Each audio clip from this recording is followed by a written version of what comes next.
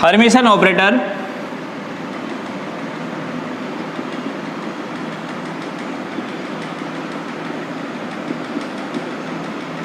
इसको कभी कभी कहा जाता है हर्मिटी ऑपरेटर।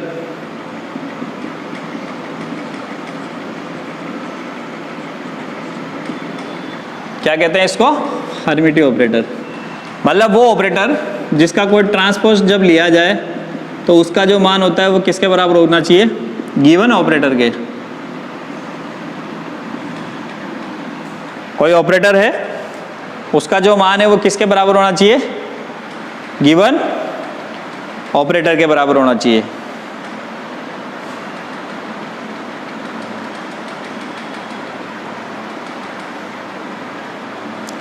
ठीक है, इसके बेसिस पर दो थ्योरम दी गई है। मोस्ट इंपोर्टेंट है थ्योरम 1। थ्योरम 1 के अनुसार जो हर्मिटी संकारक होते हैं, हर्मिशन ऑपरेटर होते हैं, इनके जो आइगन्स मान होते हैं, इनके जो आइगन वैल्यू होती है वो वास्तविक होते हैं। The eigenvalue of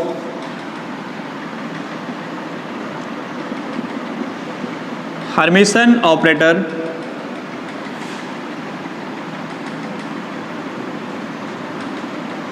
are real. जो आइगन वैल्यू होती है, आइगन मान जो होता है हर्मिशन ऑपरेटर के लिए, वो क्या होना चाहिए? वास्तविक होना चाहिए। तो इसके बेसिस पे हम देखते हैं संकारक की परिभाषा से।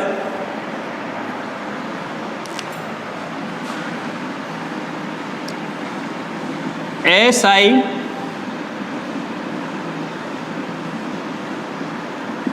इक्वल टू, इसको क्या लिख सकते हो आप?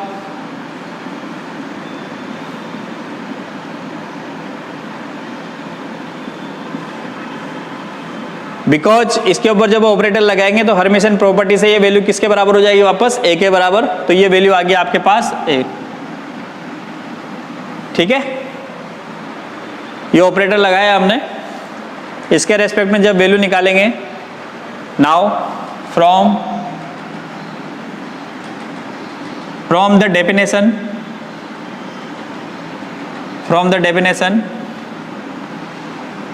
एस आई को क्या लिख सकते हो आप? S I equation number 1, equation number 2, using 2 in 1। Equation 2 है, उसका यूज करना है हमें इक्वेशन नंबर 1 के अंदर। तो यहां पर जब हम यूज करेंगे तो ये हो जाएगा s i star d b equal to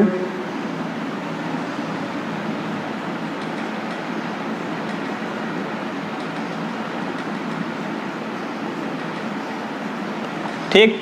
अब ये जो क्वांटिटी आइगन वैल्यू आई, ये कोई वैल्यू है तो this is the constant quantity. तो आगे के लिए तो जाएगा ए स्टार, यहां क्या बचेगा? Psi star psi D V equal to A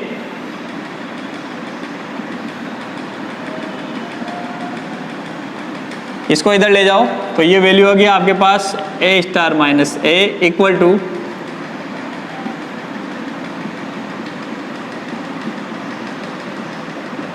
equal to 0। So A star A equal to 0, मतलब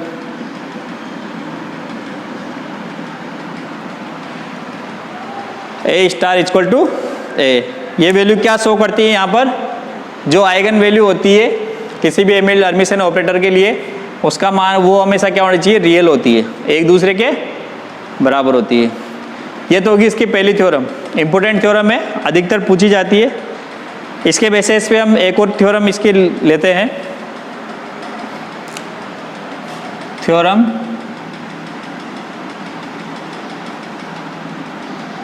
अब यहां पर देखो आप, यहां पर तो हमने क्या लिया? जो फंक्शन था, वेव फंक्शन था, वो सेम वेव फंक्शन था, बस उसका कॉन्जुगेट लिया गया है या उसका ट्रांसपोज लिया गया है। लेकिन हम जो दूसरी थ्योरम है उसके अनुसार थ्योरम क्या कह रही है, हर्मिटियन संकारक के भिन्न भिन्न आइगन मानों के संगत आइगन फलन परस्पर लंबित होते हैं। अलग अलग आइगन मान है, अलग अलग आइगन मान है, अलग अलग फलन के सापेक्ष अलग अलग आइगन मान है, तो जो फलंस होता है वो ऑर्थोगोनल कंडीशन को शो करे।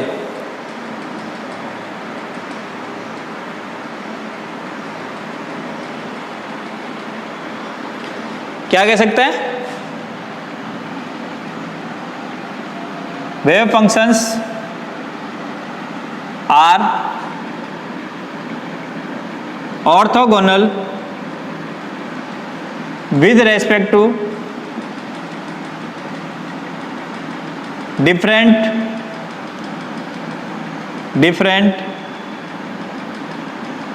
eigenvalue of Hermitian operator. ठीक, अब हर्मिशियन ऑपरेटर के लिए अलग अलग आइगन मान के सापेक्ष जो वेव फंक्शन होते हैं वो किसको शो करे, लंबित ऑर्थोगोनल कंडीशन को। तो यहां पर क्या ले लेंगे, from the definition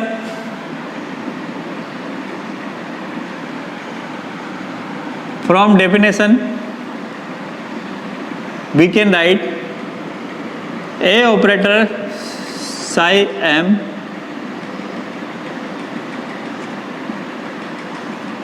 dv equal to, तो ये क्या हो जाएगा, psi m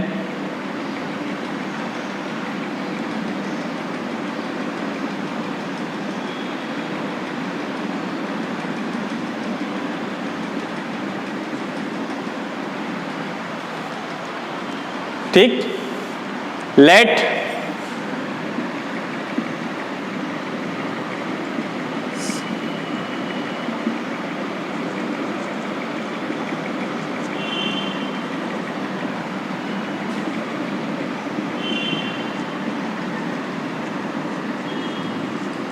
ठीक है, डिफरेंट ऑपरेटर है, डिफरेंट फंक्शन है, डिफरेंट फंक्शन के सापेक्ष में जो आइगन वैल्यू है उसका मान भी क्या है, डिफरेंट है। तो इन दोनों का यूज जब यहां पर करेंगे हम, तो ये इक्वेशन हो जाएगी आपकी, एस आई एम की जगह क्या हो जाएगा, A M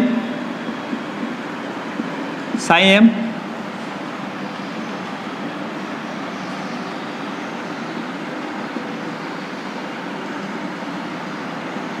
psi and DV. Okay,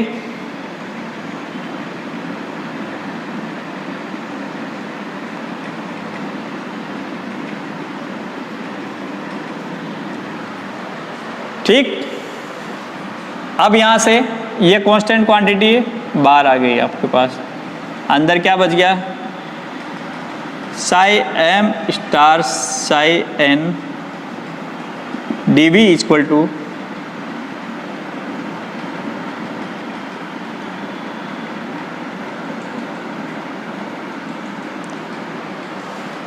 इसको इधर ले जाओ,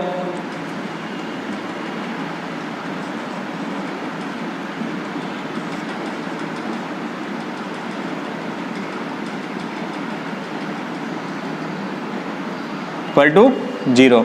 अब ये डिफरेंट वैल्यू है तो 0 के बराबर नहीं होगी,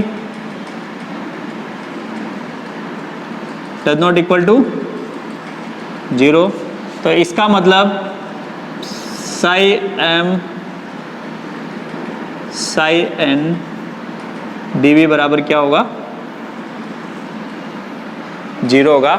अगर दो ऑपरेटर के, दो फंक्शन के गुणनफल का मान अगर 0 आता है तो वो कंडीशन क्या कहलाती है, ऑर्थोगोनल कंडीशन। तो यहाँ से दोनों थ्योरम प्रूफ हो गई कि आइगन वैल्यू, हर्मिशियन ऑपरेटर की आइगन वैल्यू रियल होती है।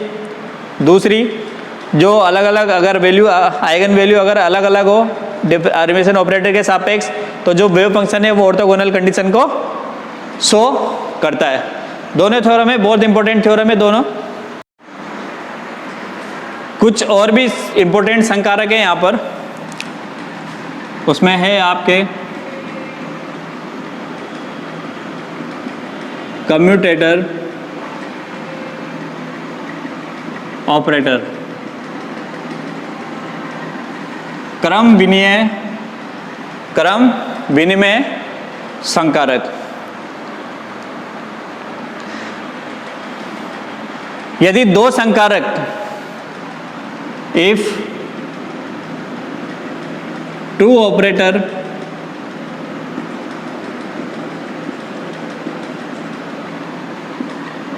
A and B, if two operator A and B follow following condition,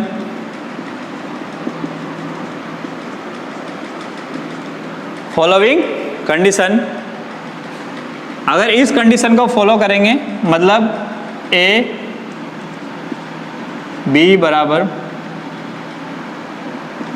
AB minus BA, तो ये ऑपरेटर क्या कहलाता है? Commutator operator.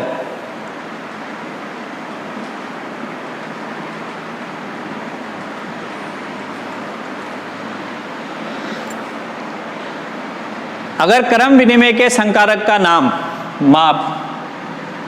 अगर क्रम विनिमय के संकारक का मान 0 के बराबर होगा तभी ये कम्यूटेटर नियम का पालन करेंगे।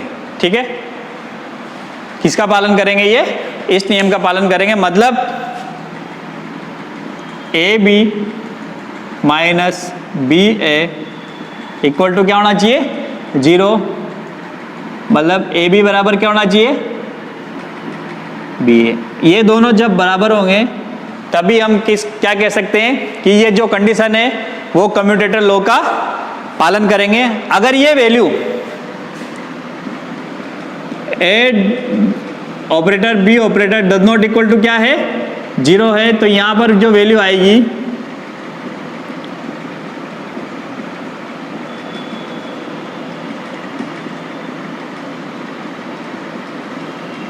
Does not equal to B, ये किसको शो करेगा? ये कम्यूटेटर लॉ को शो नहीं करेगा। ठीक है, दो कंडीशंस होती है, अगर ऑपरेटर का मान 0 के बराबर हो तो कम्यूटेटर लॉ को फॉलो करेगा, अगर ऑपरेटर का मान 0 के बराबर नहीं है तो कम्यूटेटर लॉ का फॉलो नहीं करेगा। अब आता है नेक्स्ट आपका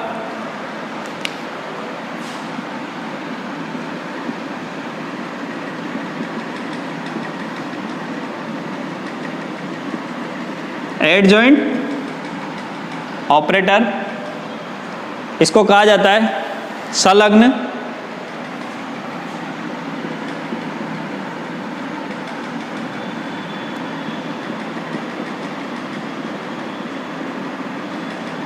संकारक। क्या कहते हैं इसको?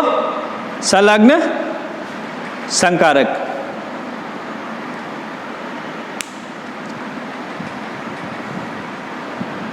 तो डेफिनेशन से हम कह सकते हैं कि अगर बी ऑपरेटर्स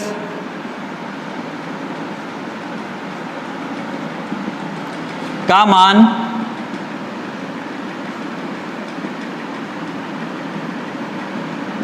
इसके बराबर हो तो ए ट्रांसपोज इक्वल टू क्या हो जाएगा? B. A transpose equal to क्या हो जाएगा? बी हो जाएगा। मतलब एक ऑपरेटर का ट्रांसफर किसके बराबर आएगा? दूसरे ऑपरेटर के बराबर। तो उस केस में जो ऑपरेटर होता है उसको क्या कहते हैं? Adjoint operator. या इसकी कुछ प्रॉपर्टीज होती है,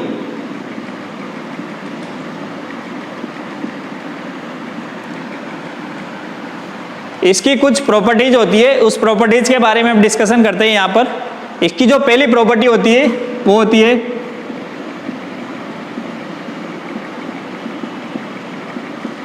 ये, इसको फॉलो करें,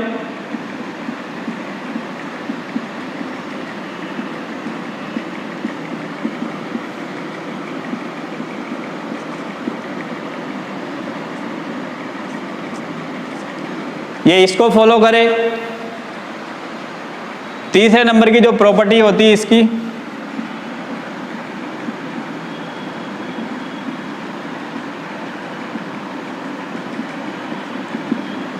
ये इसको फॉलो करे।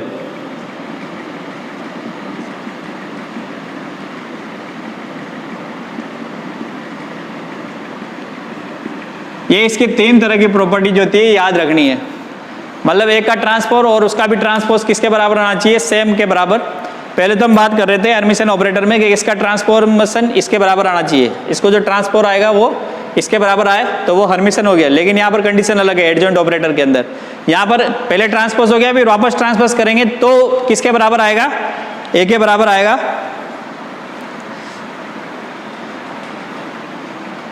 नेक्स्ट आता है आपके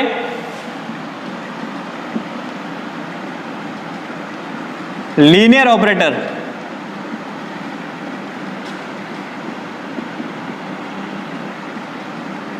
रैखिक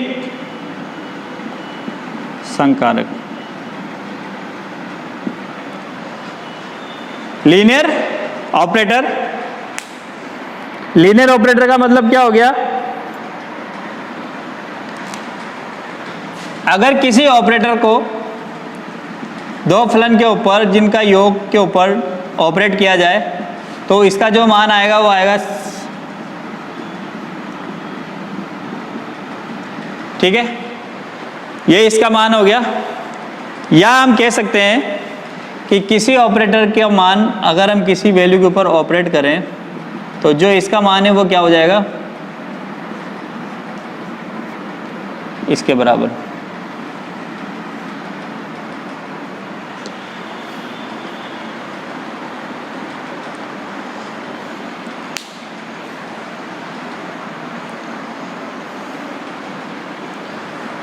ठीक, तो ये इसकी कुछ प्रॉपर्टीज है। अब इसके आगे हम बात करते हैं।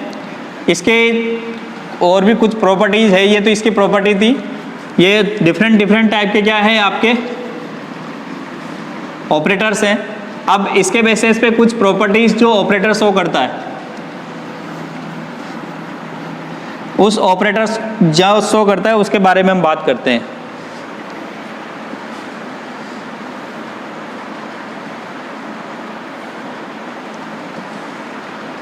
तो प्रॉपर्टीज ऑफ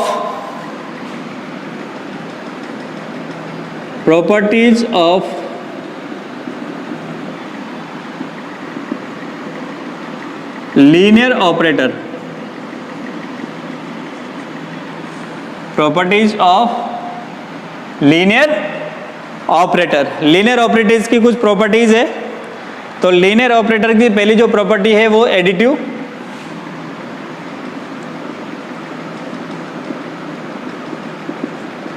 या एडिशन प्रॉपर्टी, सॉरी, ठीक है। इसके अंदर क्या होगा? अगर दो रेखीय संकारक को आपस में जोड़ दिया जाए, दो रेखीय संकारक है, मान लो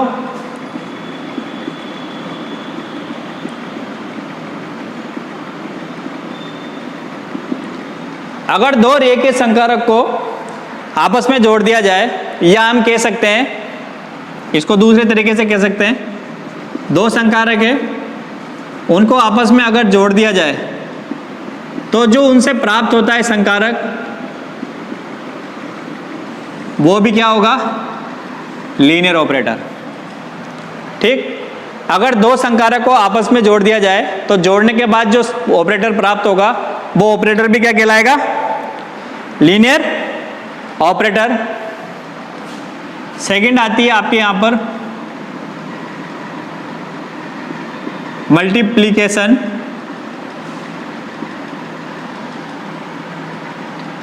गुणात्मक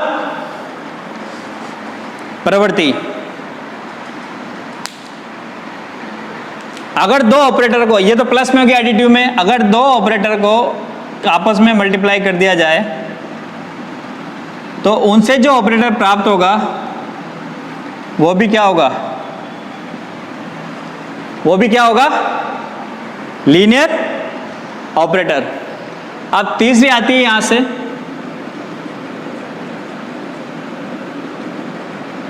कम्यूटिव प्रॉपर्टी या कम्यूटेटिव प्रॉपर्टी।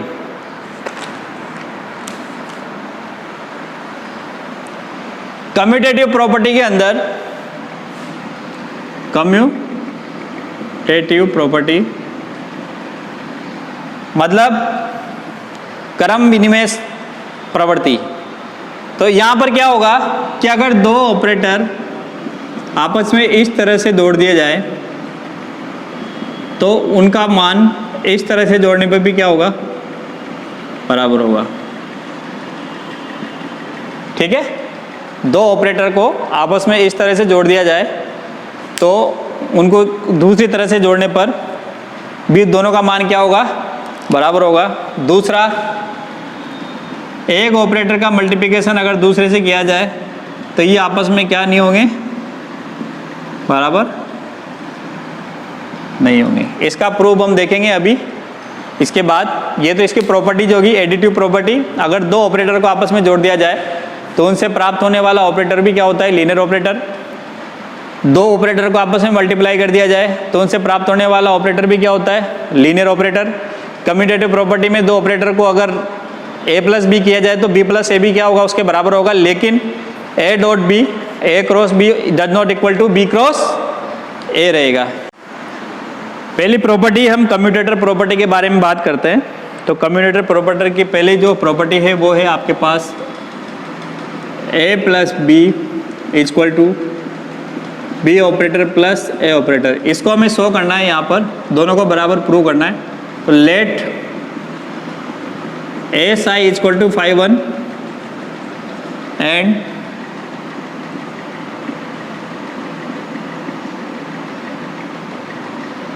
फाइव 2। ओके, तो हम इसको जब ऑपरेट करेंगे तो a प्लस बी साई के ऊपर इसको ऑपरेट करो तो a psi plus B psi, value put कर दो। a साई का मान क्या है, 5 1 प्लस 5 2। इसको हम लिख सकते हैं 5 2 प्लस 5 1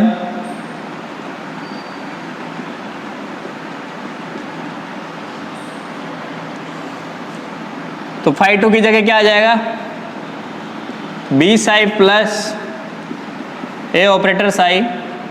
तो ये हो गया b plus A psi, a plus B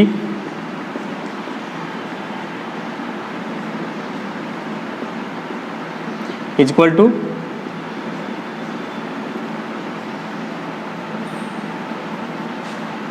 ठीक है।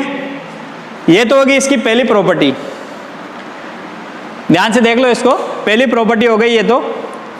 अब हम बात करते हैं इसकी सेकंड प्रॉपर्टी। सेकंड प्रॉपर्टी हमें प्रूव करनी है, यहां पर हमें दे रखा है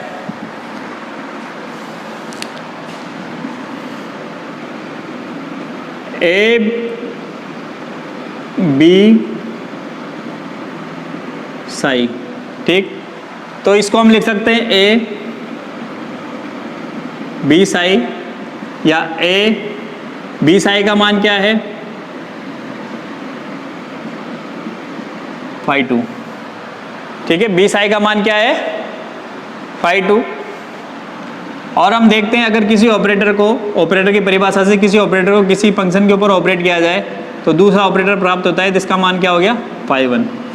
तो ये तो हो गया आपके 5 1। ठीक, सिमिलरली इसी प्रकार से B A psi equal to, ये हो गया आपके पास ए साई। तो इसको हम लिख सकते हैं बी ए साई को क्या हो जाएगा, ये 5 1। ठीक, इसको इसके ऑपरेटर ऑपरेट करेंगे तो क्या हो जाएगा, 5 2। we know that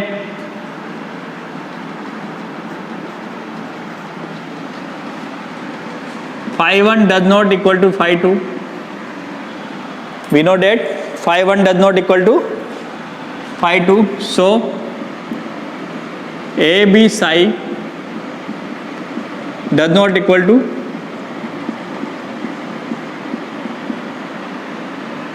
तो ये वैल्यू होगी आपके पास A B does not equal to B ए।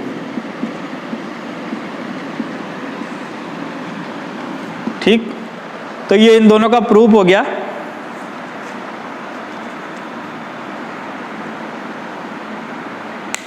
अब इसी के बेस पे आ जाता है हमारे पास, ये तो 3 लो हो गए, एसोसिएटिव लो। क्या आ जाता है इसके बेस पर? एसोसिएटिव लो। एसोसिएटिव लो के अनुसार अगर 3 operator A plus B plus C operator है तो हम इसको लिख सकते हैं A operator plus B plus C. इसका मान यही होगा। ठीक है, इसका मान क्या हो जाएगा?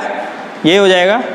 और अगर हम प्रोडक्ट के बारे में बात करें तो ए बी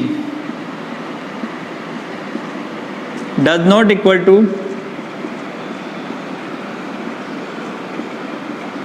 तो ये कहलाती है एसोसिएटिव प्रॉपर्टी। तो ये ऑपरेटर की जो कंडीशंस होती है वो सारी खत्म हो गई। ऑपरेटर्स की कंडीशंस ये होती है